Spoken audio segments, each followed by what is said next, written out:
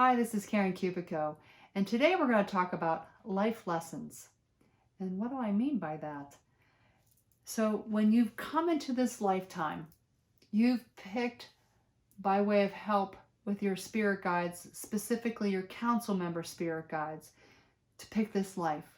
You've picked people that are going to be in it, and you've picked the life lessons that you've picked out wanting to learn. So, it's all how you can overcome whatever it is that would be a hard lesson, or to really be open to receive a positive lesson. So what's the difference? So say, for example, you have consistently been in or attracted abusive people in your life, whether physically or emotionally or monetarily, whatever. So you date someone and they have these traits, and then you leave them, and you date someone, they have these traits, and then you leave them, and then you're like, why am I having this pattern? So that pattern is learning to love yourself and to respect yourself, raise your own ability to set boundaries and work with your solar plexus chakra, to have that put your foot down kind of attitude and not stand for that type of thing. That really is saying, I care about myself in such a way that I'm putting my foot down and not allowing that in my life. That's overcoming a lesson of you're choosing to take care of yourself first. So that's the type of life lesson. There's lots of life lessons out there. There's life lessons of charity, overcoming abuse, learning to love yourself, doing your duty for your family. There's so many, it's just too many to list. And some of them are just aspects or parts of bigger types of lessons. There's positive lessons too. You could learn how to have faith in something, whether it's faith in yourself, faith in a religion, faith in higher knowledge and understanding, a higher being, God. You could have a learning lesson of actually feeling love and receiving it and giving love. You might have a lesson of patience, some deep understanding, that type of thing. Those are more positive types of lessons. If you would like to learn more about remembering a past life, hit the like button and subscribe. So what kind of life lessons did you choose for this current life? Think back throughout your life. What are the things that you overcame and had a very deep soul healing type of change happen in your life? Those are probably life lessons that you picked to overcome in this lifetime. You know, it might have been something that you had happen in other lifetimes too, but to this life, you picked to come into this lifetime to overcome it once and for all, so you don't have to experience that pattern, if you will, again and again and again.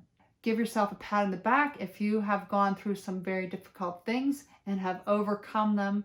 You're still here. You didn't check out and choose a different route to get out of this lifetime. You chose to persevere and to get this far. So learning and accepting that you chose these things that come to you in this life, and when you start to recognize why that narcissist is back in your life again, another way, whether it's the person that you're with, a family member, or even your boss, and you overcome how to deal with that type of personality where you're choosing yourself and you are setting good boundaries, that type of person goes away out of your life. So you've learned that lesson. Then when you are open to it, you can learn how to receive even. Many people learn to give and to give and to give because of family beliefs, religious doctrine, or just how you were raised in general. You give so much that you have forgotten to receive. And that could include receiving love, care, nurturing, anything of the sort, even receiving abundance of any kind. So when you learn that that's a lesson, that in order to give, you have to have yourself raised up no different than when they talk about it on an airplane. You have to put the mask on you first before you can help the person next to you. It's a back and forth thing. You give and you receive. It's an energetic exchange of some kind. You don't always have to receive when you give, because it does feel very kind and loving to help somebody else.